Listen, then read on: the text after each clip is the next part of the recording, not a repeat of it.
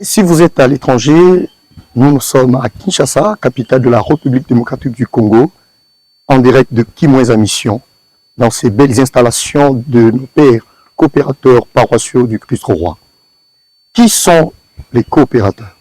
Quand est-ce qu'ils sont arrivés ici chez nous au Congo? Que font-ils? Comment vivent-ils? Comment est leur relation avec les fidèles? Et pour aborder toutes ces questions, je reçois pour vous aujourd'hui le Père Arnold. Qui est-il? Nous allons tous ensemble le découvrir dans ce beau magazine. Mon Père, bienvenue. Merci. Bonjour Franck. Bonjour mon Père. Le Père Arnold, qui êtes-vous? Oui, je suis le Père Arnold Mukele Meya, coopérateur paroissial du Christ-Roi, supérieur provincial.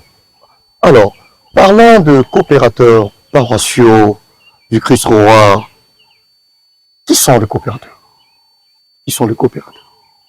Les coopérateurs paroissiaux du Christ-Roi sont membres d'une congrégation cléricale de droit pontifical fondée par le Père François de Paul Vallet, oui, de nationalité espagnole, oui, qui était un jésuite et qui a senti un appel de la part du Seigneur à fonder cette congrégation. Les coopérateurs. Ce mot coopérateur nous donne envie de parler des coopérants, des commissionnaires. En tout cas, veuillez un peu nous expliciter. Coopérateur du Christ-Roi, c'est quoi normalement? Oui, coopérateurs paroissiaux du Christ-Roi, généralement quand les gens entendent parler de cela, on croit peut-être surtout avec cet adjectif paroissial que nous sommes appelés à devenir des curés de paroisse. Et loin de cela, coopérateur veut dire tout simplement que sans être à la tête d'une paroisse, nous faisons montre de notre disponibilité à pouvoir travailler et collaborer auprès des curés de paroisse en y apportant notre message, en apportant nos ministères, nos aides, en répondant favorablement aux appels qui nous sont lancés par des curés par rapport à la formation, par rapport aux retraites à donner, par rapport à l'accompagnement spirituel, par rapport à l'encadrement des jeunes. Donc il y a beaucoup de choses que nous faisons, mais évidemment en venant en aide aux curés de paroisse qui ont besoin justement de cette aide. Mais nous ne pouvons jamais être à la tête d'une paroisse comme curé. On peut être des vicaires dominicaux, mais aussi des proches des curés pour pouvoir apporter l'aide opportune dont ils ont besoin. Parlant de la congrégation des coopérateurs, si nous pouvons faire un survol historique, quand est-ce que cette congrégation a vu jour? Quand est-ce que cette congrégation est arrivée ici au Congo, installée, ainsi de suite? Vous pouvez un peu nous parler d'une manière brève en ce qui concerne votre historique? Oui, c'est le 3 mai 1928 que le Père François de Paul Vallet fonde la congrégation des coopérateurs paroissiaux du Christ-Roi. Et l'arrivée des coopérateurs au Congo, c'est depuis 2001, mais officiellement, comme on dit, c'est en 2002, le 1er décembre 2002, où cette congrégation a été érigée canoniquement dans l'archidiocèse de Kinshasa, et acceptée officiellement, si on peut le dire en des mots simples, pour pouvoir œuvrer, travailler, donner son apport, participer à la pastorale de l'archidiocèse. Et cela fut avec la bénédiction de son éminence Frédéric Cardinal Etchou. En tout cas, c'est depuis 2002 que vous êtes au Congo. Oui. Et parce que c'est depuis 2002 que vous êtes au Congo, nous voyons ce beau paysage, ces belles installations, ces belles constructions qui sont devant nous. Je pense que il y a plusieurs à découvrir ici et nous allons le découvrir ensemble avec vous. Parlons un peu de votre maison. Votre maison, c'est votre maison provinciale ou comment? Parce que vous avez des maisons provinciales et ainsi de suite. Parlez-nous un peu. Nous sommes à Kimweza, comme je l'ai annoncé tantôt, en direct de Kimweza Mission, chez les coopérateurs. Cette maison, si vaste que comme nous sommes en train de le découvrir ensemble avec les images, quels sont des choses que nous pouvons découvrir ici. Oui, c'est votre maison de formation ou votre couvent. Est-ce que c'est ouvert aussi au public? Comment fonctionne votre maison? Parlez-nous un peu brièvement de votre maison. Oui, comme on peut le voir là, cette maison s'appelle Maison Christo Mokonzi. Oui. C'est une maison où le Christ est roi. Hein? Oui. Où le Christ est roi. C'est à la fois une maison de formation où nous accueillons des jeunes qui manifestent en fait ce désir de servir le Seigneur dans l'Église, mais à travers notre institut religieux. Quand nous les accueillons, il y a l'étape de l'aspirantat interne, il y a le postulat et puis il y a le noviciat. Okay. Donc tout cela se trouve ici dans l'enceinte de cette parcelle. Mais comme vous voyez aussi, c'est une maison qui a beaucoup de portes qui se voient de l'extérieur. C'est une maison d'accueil, une maison de retraite, une maison de recueillement qui accueille en fait toute personne qui voudrait passer un temps de recueillement, de réflexion, mais surtout d'intimité avec le Seigneur.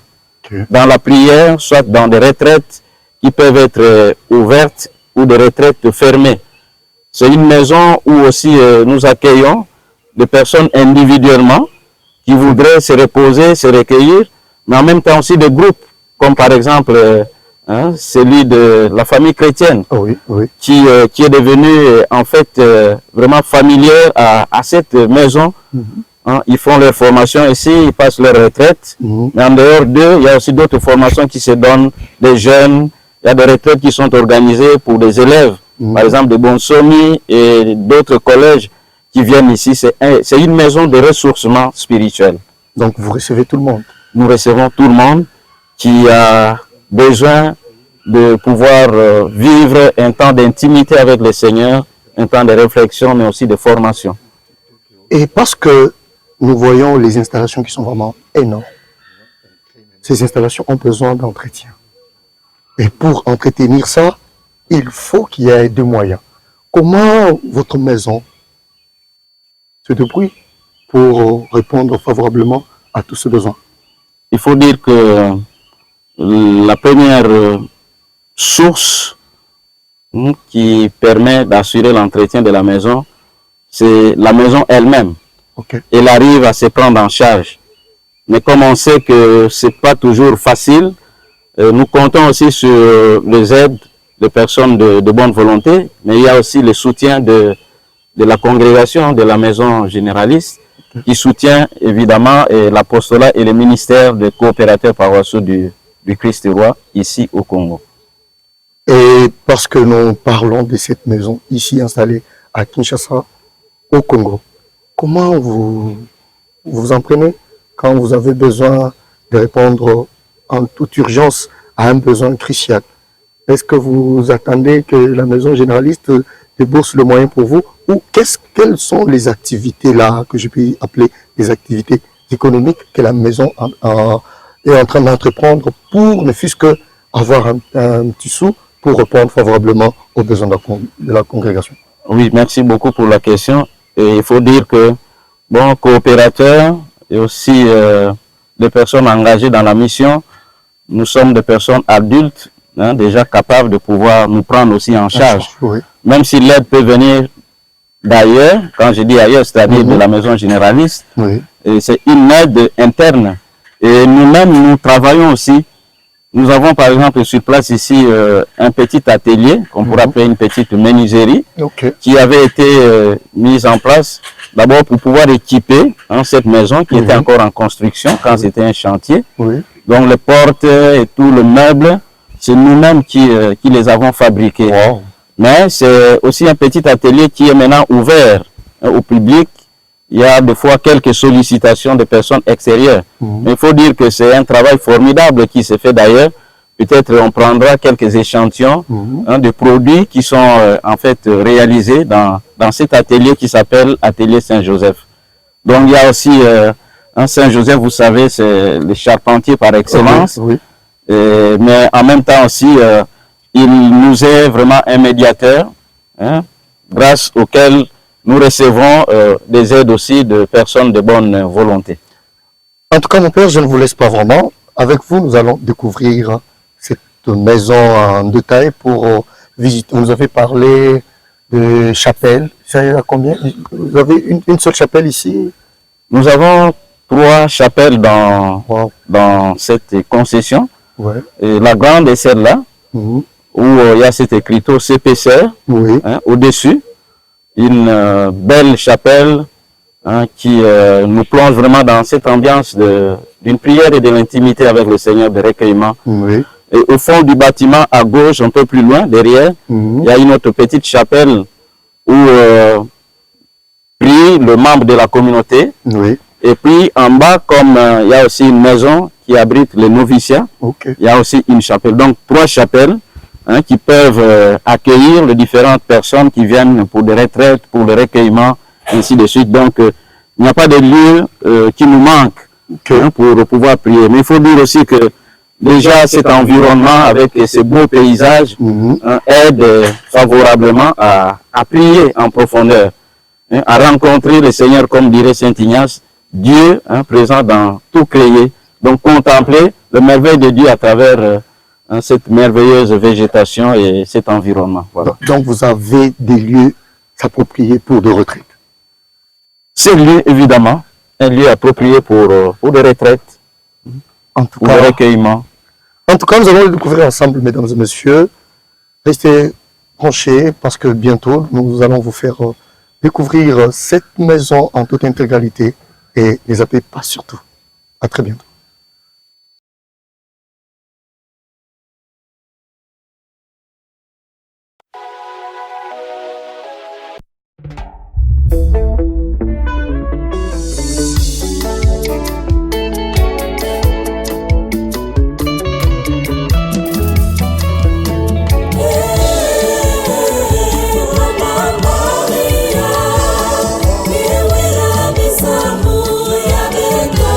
Maria,